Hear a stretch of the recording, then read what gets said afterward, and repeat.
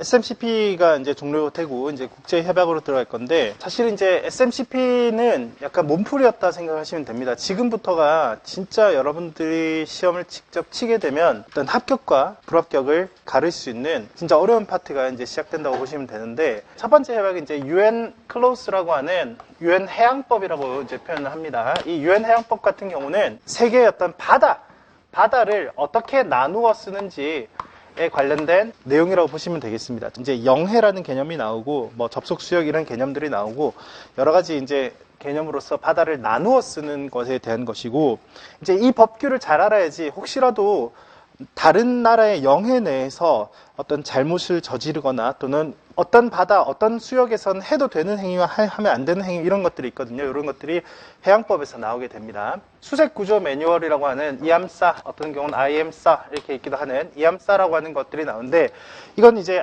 우리가 이제 앞에서 봤던 Search and Rescue가 나와서 이제 수색과 구조와 관련된 국제 협약들입니다. 국제적인 어떤 규정이죠, 어떻게 보면. 콜레그라고 하는 것들이 또 나오게 될 것입니다. 제일 3대장이라고 할 수 있는 가장 중요한 파트가 되겠고, 요 세 파트에서 문제가 굉장히 많이 나오거든요. 많을 때는 뭐 한 8문제까지도 문제가 등장을 합니다. 콜레그는 항법 규정에 관련된 거라고 보시면 돼요. 그래서 요즘은 이제 콜레그에서 시험이 제일 많이 나오고 있는 추세고, 항법 규정과 관련된 내용으로 보자면, 뭐 예를 들면은 우현 변침을 해야 되는지, 이런 상황일 때 우현 변침해야 될지, 어떠면 자연 변침해야 될지, 뭐 도로교통법 같은 거라고 생각을 하시면 돼요. 그 다음에 이제 솔라스와 관련된 것도 이제 등장을 할 겁니다. 자, 솔라스는 안전과 관련된 설비들과 관련된 규정이라고 보시면 되는데, 뭐 사실 이제 솔라스 같은 경우는 이제 타이타닉이 이제 침몰을 하면서 많은 사람들이 죽고 했을 때부터 시작을 해서 구명 장비가 다 갖춰져 있었다면 안 죽을 수도 있지 않았느냐. 그래서 라이프 자켓이 부족했지 않았느냐, 라이프 보트가 부족하지 않았느냐, 거기서부터 시작을 해서 여러 가지 이제 안전 설비와 관련된, 장비와 관련된 규정들이 이제 나오기 시작을 합니다. 그 다음에 ISPS 같은 경우는 이제 선박의 보안과 테러와 관련된 규정들이라고 보시면 돼요. 사실은 요거는 이제 9.11 테러가 일어난 이후로 이제 만들어진 규정인데, 선박이라는 것이 사실은 거대한 폭탄과 같은 큰 아주 중요한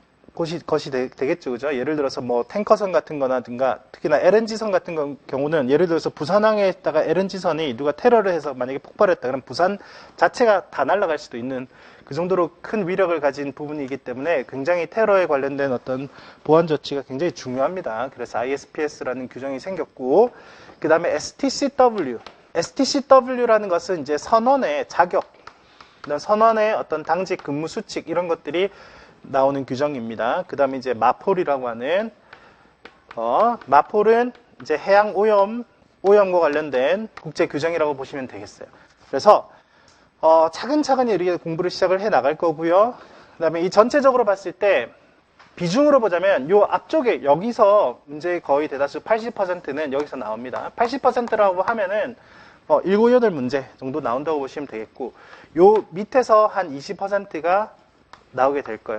뭐 비중은 좀 달라질 수가 있는데, 어쨌든 이렇게 딱 섞여가지고 한 10문제 정도가 나오게 될 것입니다. 사실은 조금 어렵게 느껴질 수도 있는 부분이고, 근데 영어로 된 이제 조문 자체가 여러분들이 해석해 나가기가 굉장히 좀 어려운데, 근데 일단은 여러분들이 영어 실력적으로는 조금은 아직까지 완성 단계가 아니기 때문에 어떻게 해야 되냐면, 한국말로 먼저 생각을 하셔야 돼요. 한국말로 규정을 다 암기를 하신 다음에 거기에 영어가 전체적인 해석이 안 되더라도 영어 안에서 이 단어가 이 우리 해석의 조문의 핵심이라는 것을 좀 아신 다음에 그 빈칸적인 것들이라든가 또 나오는 규정상의 수치값, 숫자 같은 거, 그런 것들을 여러분들이 전부 다 외워주셔야 되는 부분이 되겠습니다.